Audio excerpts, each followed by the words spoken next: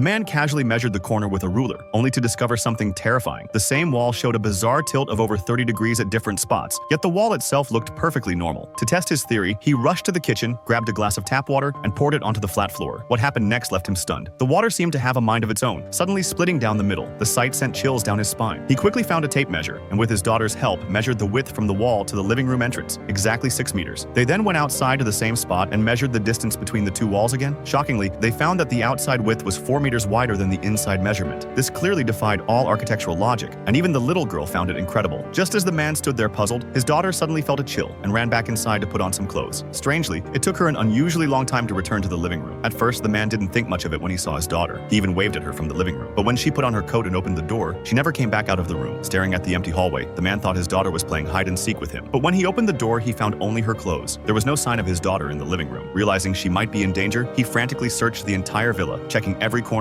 but found no trace of her. What he didn't know was that his daughter was trapped in a hallway that didn't belong to this place. Inside the house, she called out for her father over and over again. The man thought he heard his daughter's voice, so he pushed open a door and found himself on the first floor, in the area below the living room where his daughter had vanished. The villa seemed to have transformed into a maze. To mark his location, the man quickly moved a chair to block the door. But when he turned around, he was stunned. A hallway that had been less than 5 meters long had somehow appeared out of nowhere and now stretched for dozens of meters.